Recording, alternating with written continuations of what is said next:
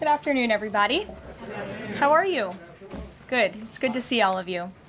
I want to start by addressing the horrific act of violence that took place on Sunday in Boulder, Colorado.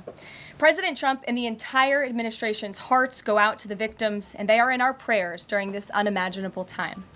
According to reporting from Fox News, the alleged attacker admitted in an interview that he wanted to kill all Zionist people and had been planning the attack for over a year and would do it again if he could.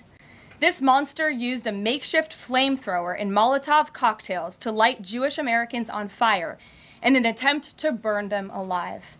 The victims at the incident location in Boulder were there to rally in support of Israeli hostages who remain in Hamas captivity. 12 were injured, including a Holocaust survivor. This is pure evil. The Department of Justice has already filed federal hate crime charges against the alleged perpetrator, and he will be held accountable to the fullest extent of the law. This tragedy is a sobering reminder of the consequences of the Biden administration's failed policies.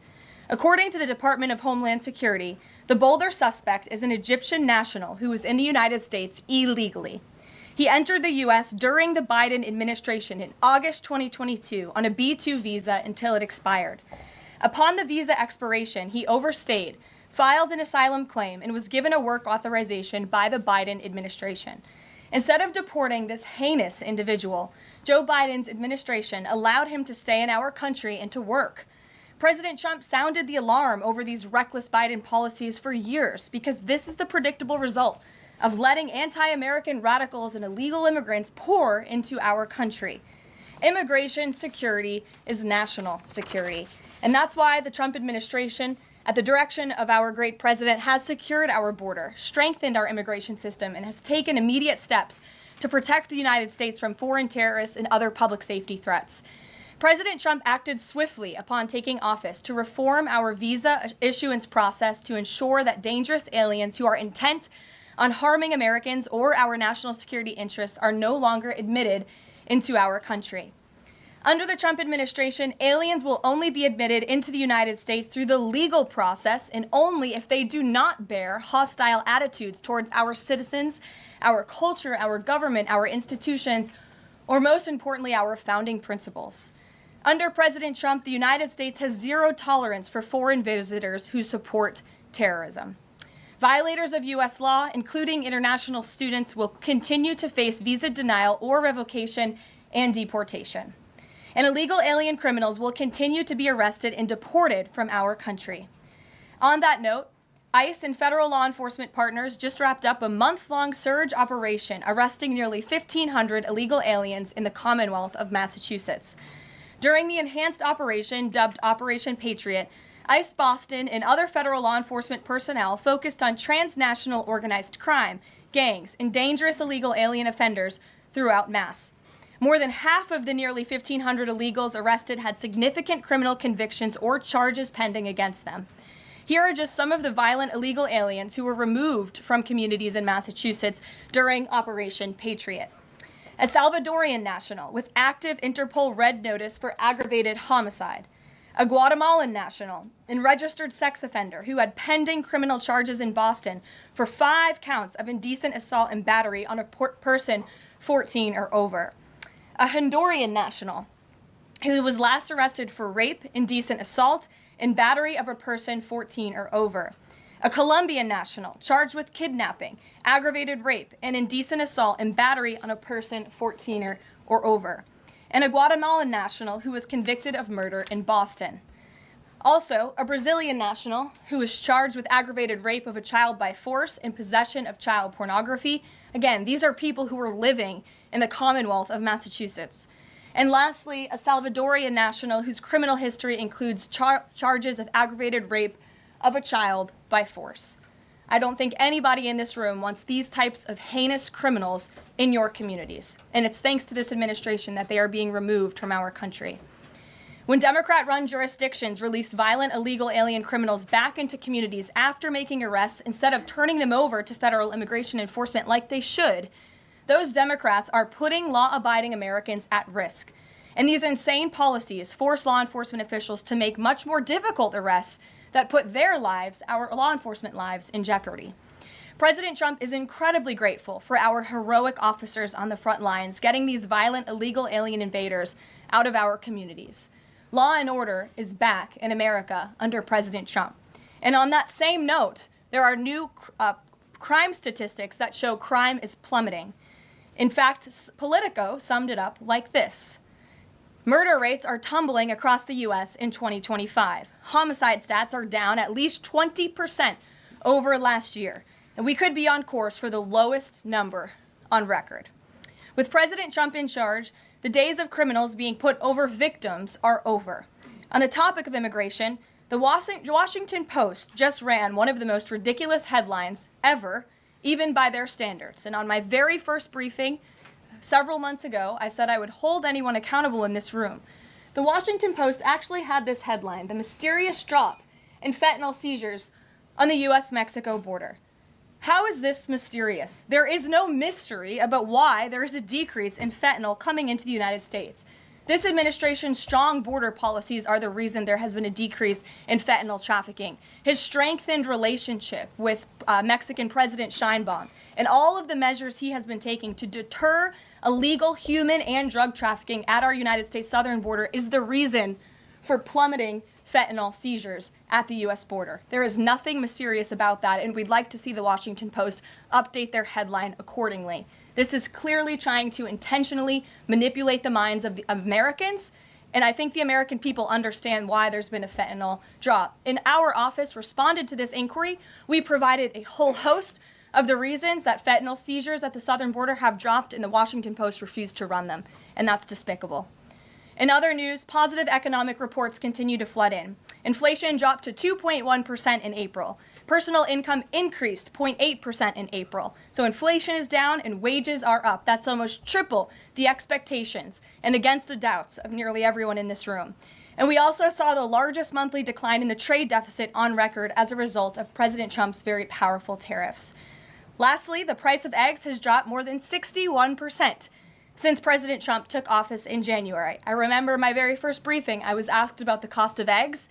The reporter tried to insinuate it was this administration's fault, even though he had only been here for a few days or weeks. It was a result of the previous administration's terrible policies, and in record time, this president has fixed that problem that he inherited from Joe Biden, and now egg prices have dropped 61% since this president took office. There's a lot of good news, and I'm sure you have a lot of questions, so let's get to them.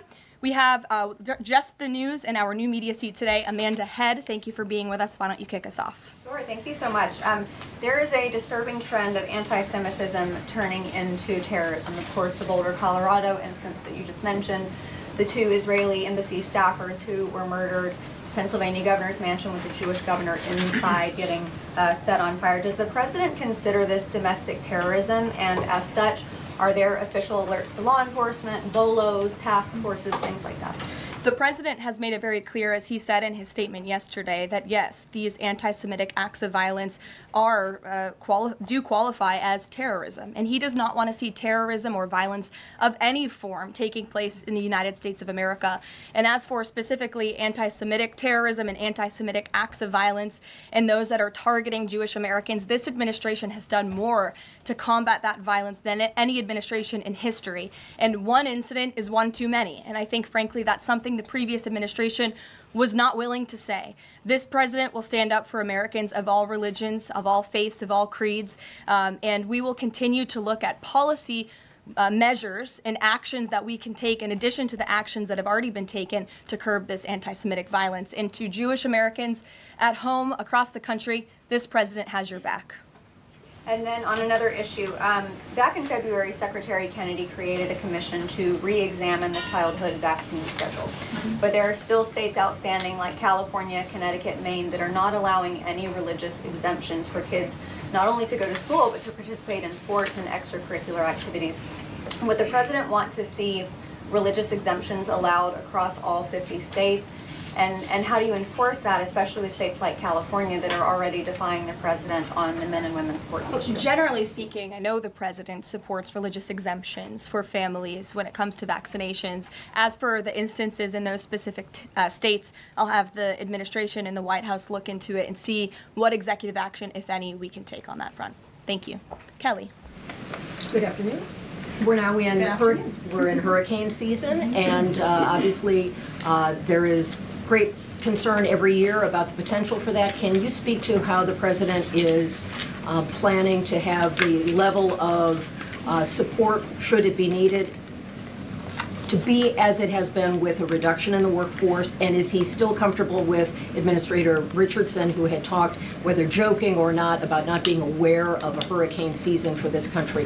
What is the president's level of briefings on what may be required? If you could give us kind of an overall update on that. Sure. Well, of course, we know that we are into hurricane season now, and I know FEMA is taking this seriously, contrary to some of the reporting we have seen based on jokes that were made and leaks from meetings. But Secretary Kristi Noem and the FEMA leadership are all over this. They are committed to ensuring that federal resources and tax dollars are there for Americans in need, and the president continues to review requests for emergency aid and carefully considering them.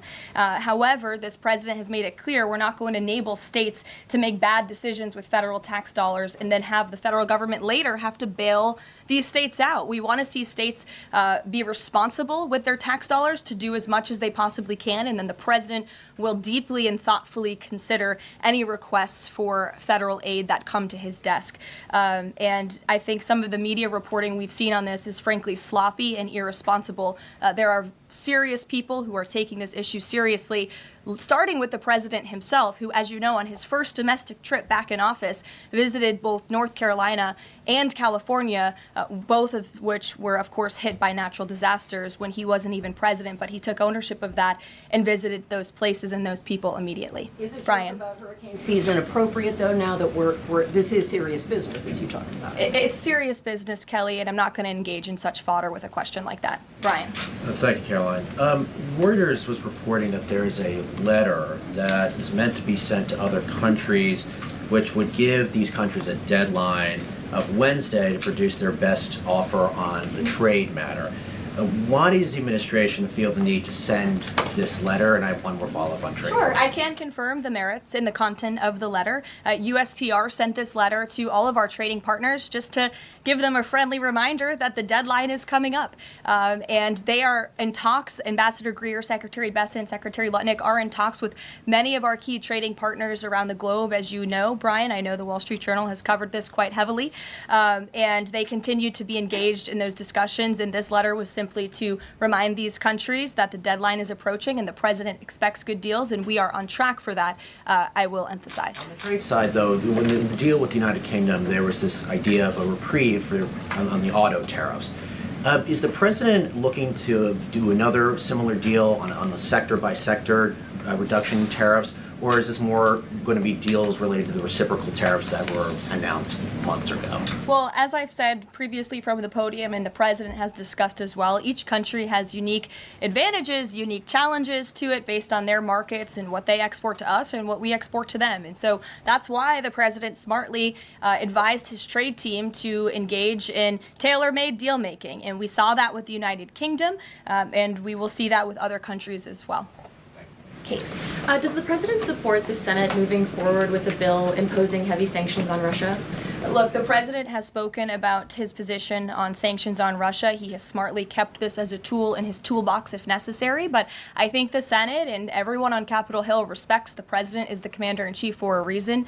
And as you know, Russia and Ukraine engaged in direct talks yesterday. That was at the encouragement of this president when he spoke to both leaders of both countries via phone just a couple of weeks ago. And so I would just like to remind everybody how far we have come in just 4 months. I mean, it was inconceivable last year at this time for Russia and Ukraine to be engaged in direct talks. And it's because of the president's insistence and determination to get this war to an end that these countries sat down yesterday. So he's willing to use sanctions if he needs them, and the Senate and the Capitol Hill understand that the president is the commander-in-chief and he's leading United States foreign policy as he should. And on Iran, the president said that the U.S. would not allow for any uranium enrichment, but the proposal offered to the Iranians reportedly allows for low levels of enrichment. Can you explain that discrepancy?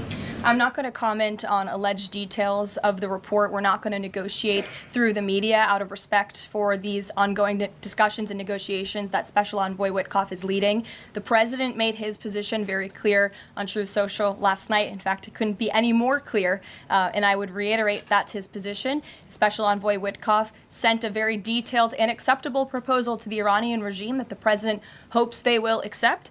And if not, they will face grave consequences, as the president himself has reiterated. Sure.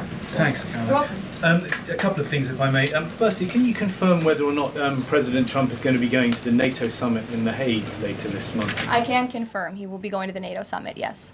Great, thanks. And another question on the Netherlands, in fact. Just wondering if you have any reaction to the collapse of the Dutch government there after the anti-EU and anti-Islam leader Geert Wilders, who's been described as the Dutch Trump, pulled out of the government there. I don't have a comment on that, but certainly we should and we will get you one, okay? Thanks. You're welcome. Brett. Thanks, Caroline. I wanted to ask, a couple days ago, the president announced that he was withdrawing the nomination of Jared Isaacman to lead NASA, citing a thorough review of prior associations. I wondered, why did this review happen just now, after the nominee was so far into the process? And can you explain the president's thinking on who he might choose? Look, the president reserves the right to nominate individuals to key administration posts. He also reserves the right to remove those individuals if he chooses, just like he reserves the right to fire anybody in the executive branch that he wants. And so a new replacement for NASA will be announced very soon, as the president himself said. Was there something in particular that came up that caused the president concern with this nomination? The president wants to ensure that all of his nominees are aligned fully with the America First mission of this administration. And again, he will be announcing a replacement very soon. Andrew, go ahead. Thank you, Caroline. You're welcome. It's been just about a month since President and Prime Minister Starmer announced... I can't see you all the way back there. Phil's head is in the way. Well, he's very tall. There you go. So it's been just about a month since Prime Minister Starmer and President Trump announced that the U.S. and U.K. had reached a trade deal, That's right. or at least a framework from a deal. Now there are at least some conservative MPs in London who are complaining that Parliament has not yet seen the text of any deal. So I'd like to ask you from this side of the pond, is there a text for the deal ready to be released, submitted, and if not, when can we expect it? And then I have one more. There's most definitely text with this deal. There is language that this side has seen. You'll have to ask the UK Parliament why they haven't seen it from their own government. I obviously can't answer that question. And on Jonathan, Caroline, go one ahead. more on Ukraine, Go ahead, please. Jonathan. Sure, go ahead. On Ukraine, it's been a couple days since Ukraine made that audacious drone strike on Russian airfields.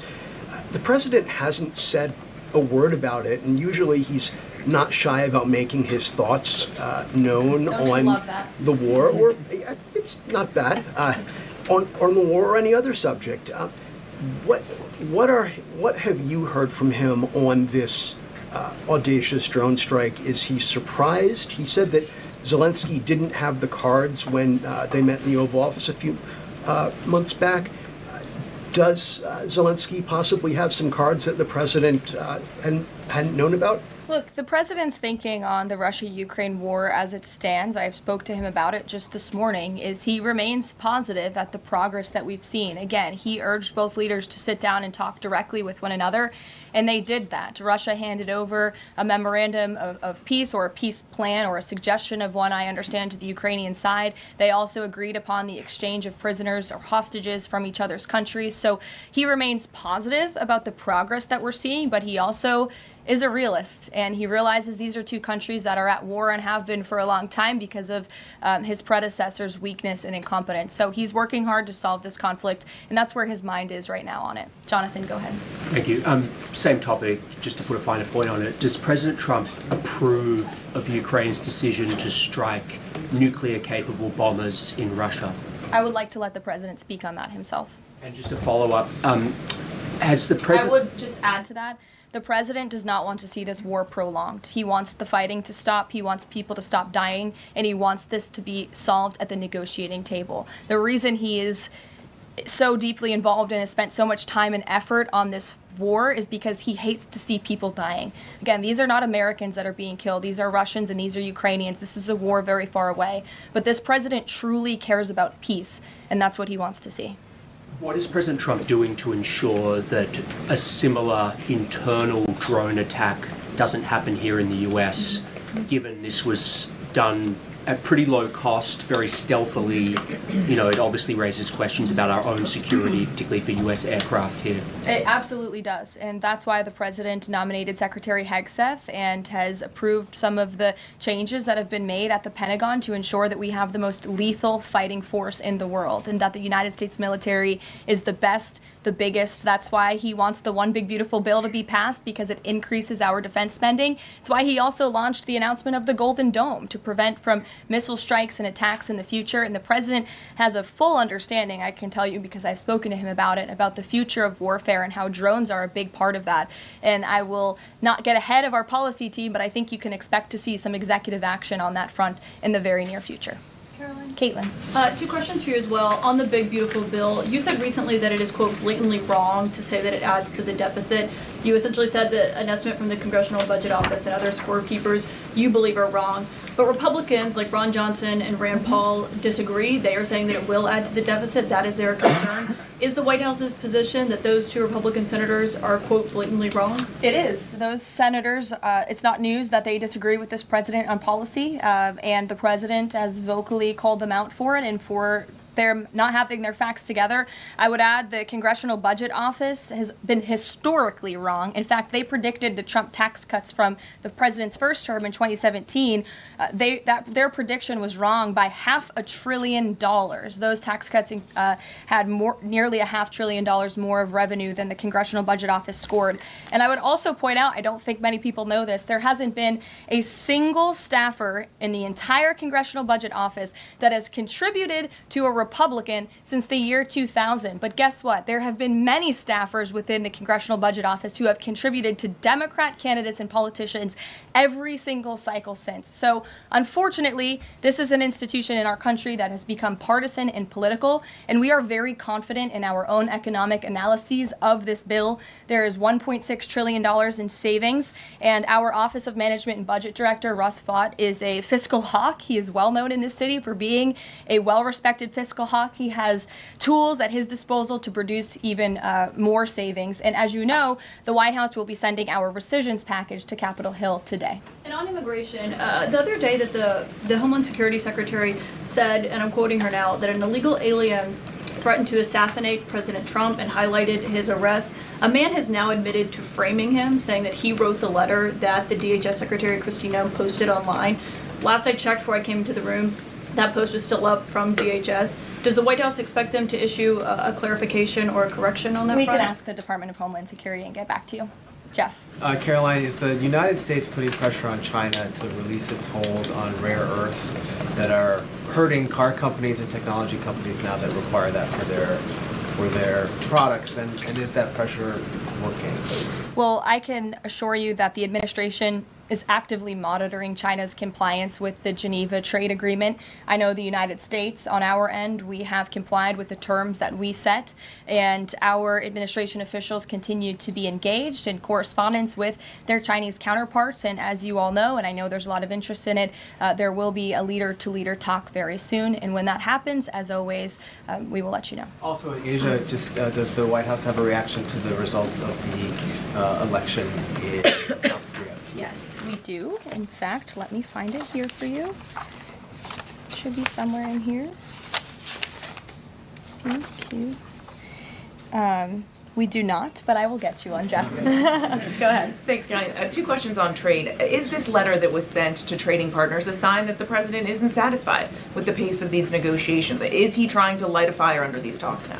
Well, look, the president has been very direct to our trading partners in his conversations with them, with foreign leaders directly, that they need to cut deals with the United States of America. The tariff agenda of this president, he believes very strongly in it. And as you've all seen, he's unafraid to use tariffs to protect our industries and protect our workers. But he wants to see these tailor-made deals be signed. And I will tell you, of course, I never want to be the one negotiating with the press about these internal discussions and deliberations. But our team, who is deeply deeply involved in this, sees these deals moving in the right direction. In fact, Ambassador Greer is in Paris right now meeting with many of our trading partners. So we should still expect this flurry of deals in the next 36 days, and the plan is still for those full tariffs to go back into effect on July 9th. The plan is for the announcement of these deals to be made very, very soon, yes.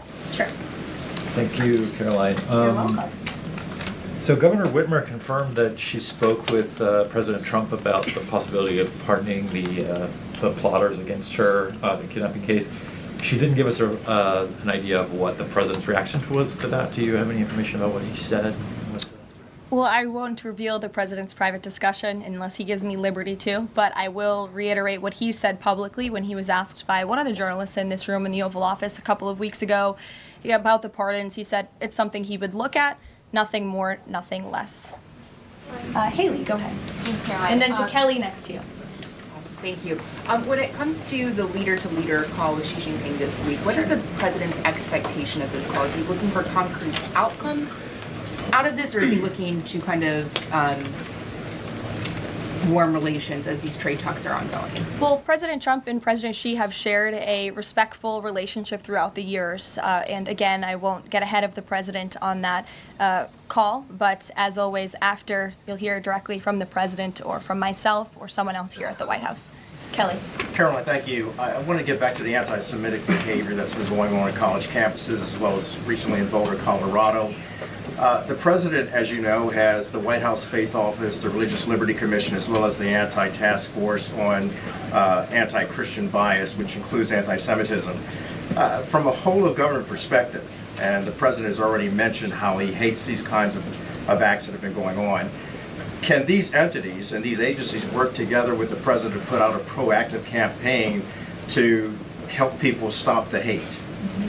I think the president himself has been leading on this, Kelly, and has been incredibly clear in his rhetoric that he is not going to tolerate such hate or behavior in the United States of America. And you will see that rhetoric being followed up by action from the Department of Justice, who is seeking to prosecute these cases to the fullest extent of the law. And I know the Attorney General and the FBI Director were very quick to call this what it was, targeted terrorism. And there was some, I think, criticism from the media and well, at least pundits I saw on television saying, are they too quick to jump here? No, they see the facts and they reveal those to the American people, and they're transparent.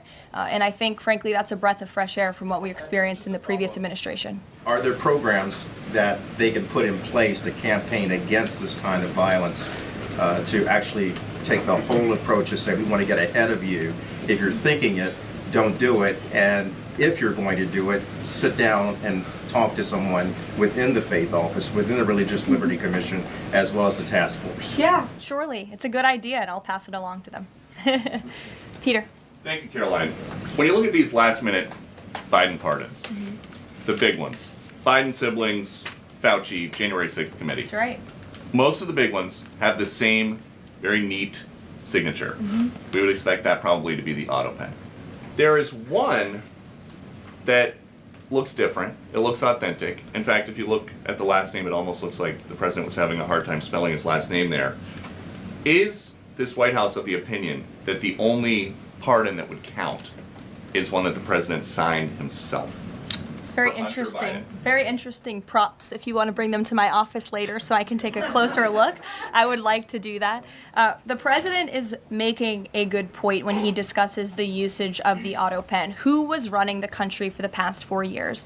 Perhaps those documents were signed with the auto pen, something that this, I believe the Department of Justice is looking into. As you saw, Ed Martin made an announcement at the Department of Justice this morning to launch an investigation because the American people deserve answers. Is there any concern that this president, who won the election on a promise to fix the economy and close the border, that focusing and scrutinizing these Biden pardons is looking into the past instead of looking forward? I think in comparison to the amount of time this president has spent on securing the border, on fixing our economy, I just read out for you an entire list of economic accomplishments. Look at the border numbers, look at the time and effort he's divulged into solving the global conflicts abroad. It pales in comparison, but it still, nevertheless, is a very important issue. And it was a huge issue that sent the president back to this White House. The Americans saw with their own eyes a mentally incompetent president, and they want answers for that. that, and the president believes they should have And them. something that just Go crossed, ahead. Caroline, how mad do you think President Trump is going to be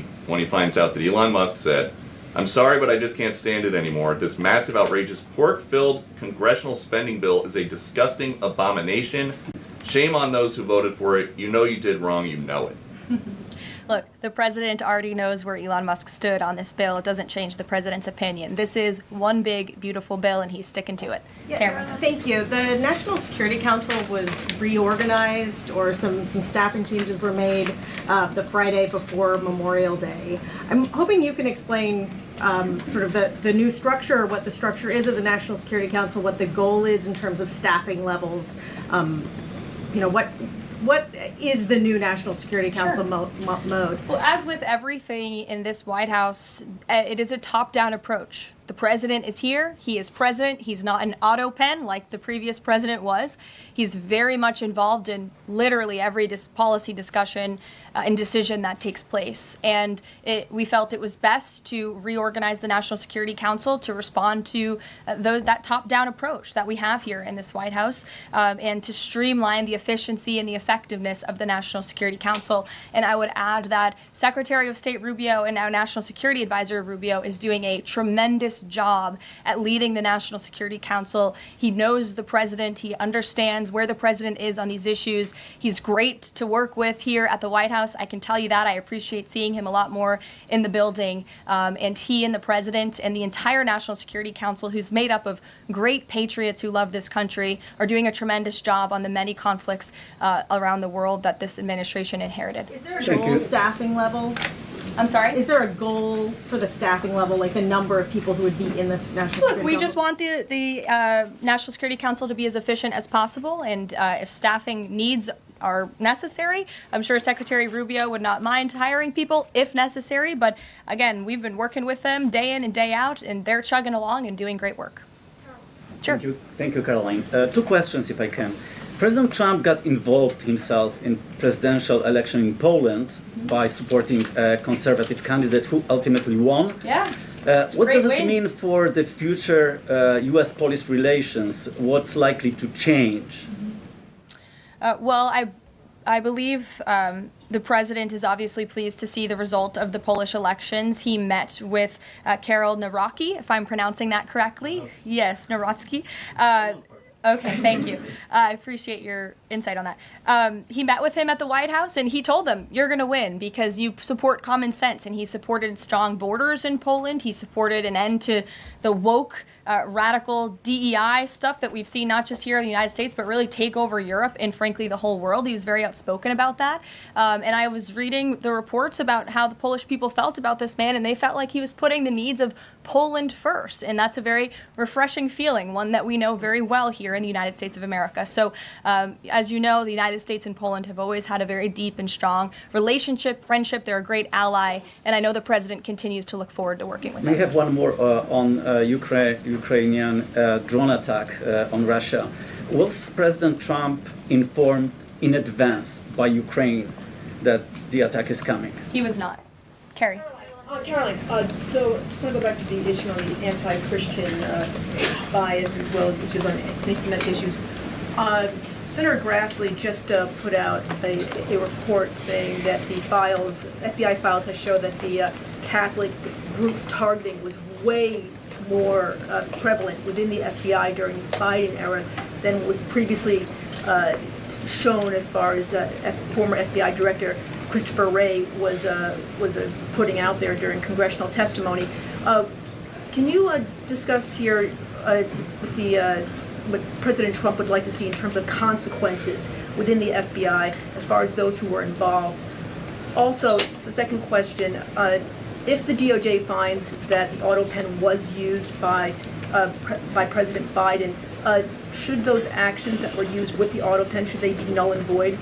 I'm not going to get ahead of the Department of Justice's investigation into the usage of the auto pen. And again, the question is not, was the auto pen used? It's whether or not the President of the United States knew it was being used, and if not, who was using it in his name, which is clearly illegal behavior.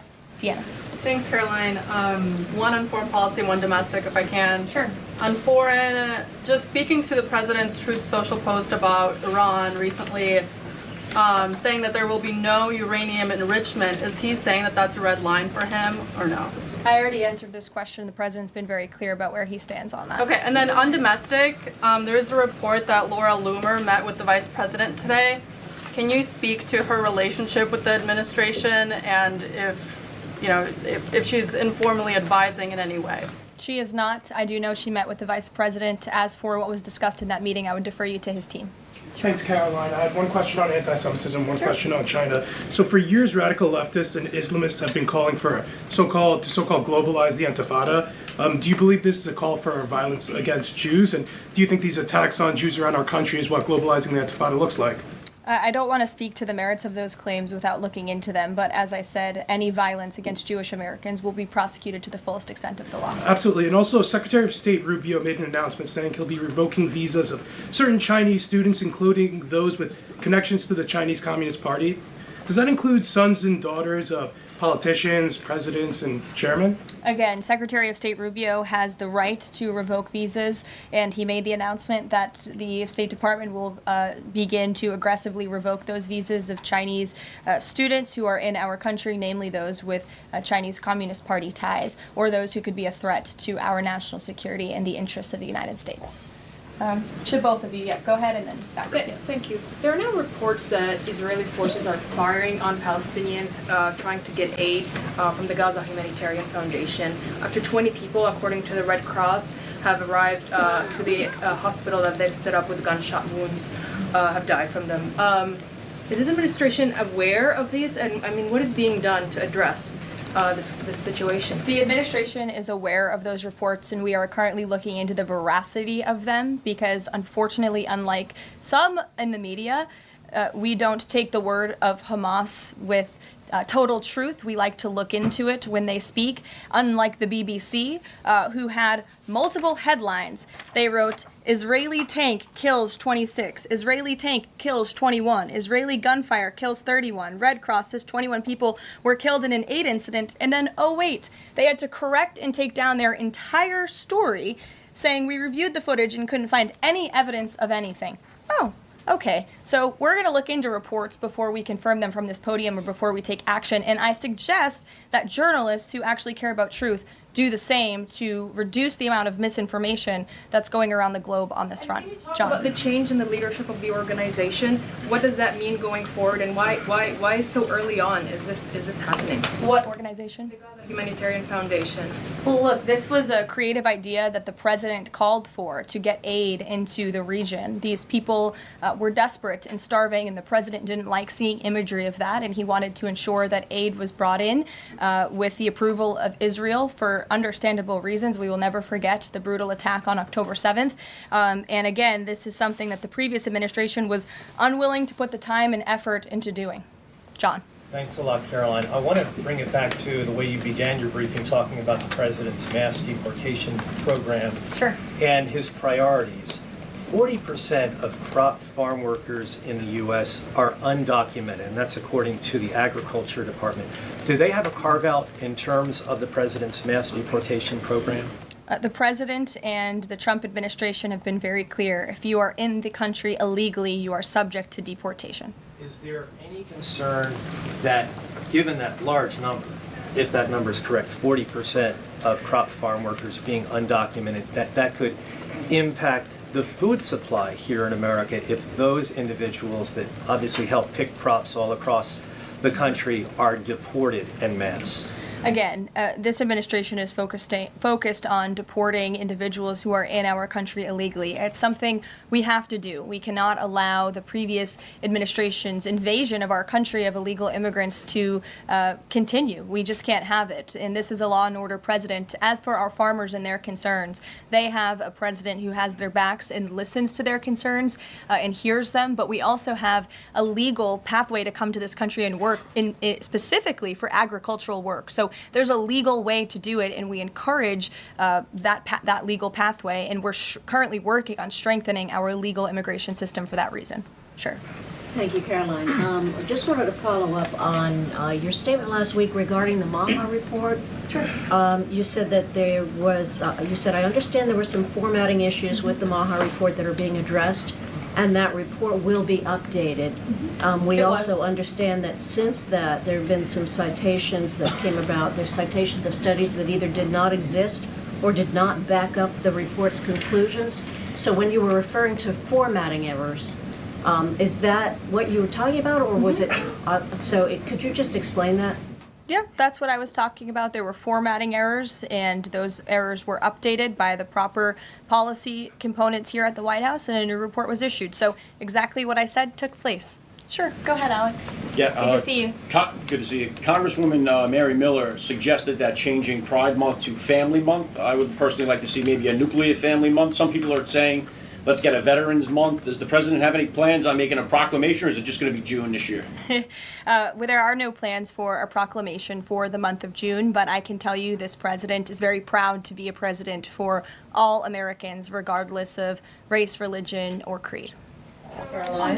Reagan, go ahead. Thank you, Caroline. And then I'll go to you. Thank you. You're welcome. Colorado passed sanctuary protections for illegals 1 month before the terrorist attack this weekend.